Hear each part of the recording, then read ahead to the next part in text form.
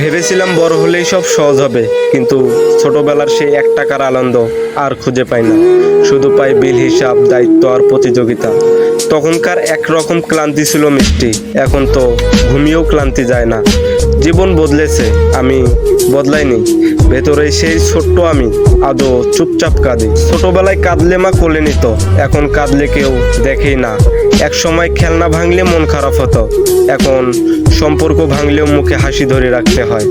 বড় হওয়ার মানে শুধু বয়স বাড়া না, নিজেকে লুকিয়ে বাঁচা, হাসির আড়ালে কান্না, আর একটা জীবন যা নিজের না হয়েও চালিয়ে যাচ্ছে। যে সময়টা টিফিনের বাটিতে মায়ের দেওয়া পাঁপড় থাকতো, আর সেই বাটিতে খাবার নেই। সময় নেই, ছোটবেলার বন্ধু ছিল জানের কাছের, এখন বন্ধুর তালিকায় নাম আছে, সম্পর্কটা পুরোই স্মৃতি। জীবন হিসাব আজ এত কঠিন হয়ে গেছে, হাসতে হলেও ভাবতে হয় কেউ ভুল বুঝবে না তো। আর শৈশব, ওটা রেখে এসেছি এক সন্ধ্যাবেলায় গভীর রাতে। একটা সময় দুপুর মানেই ছিল দৌড়ে এসে খেলা। মাকে বলতাম ভাত খাবো না, আগে খেলবো। আজ দুপুর মানেই বেঞ্চে বসে কফি আর ক্লান্তি। কেউ জিজ্ঞাসা করে না খেয়েছো তো।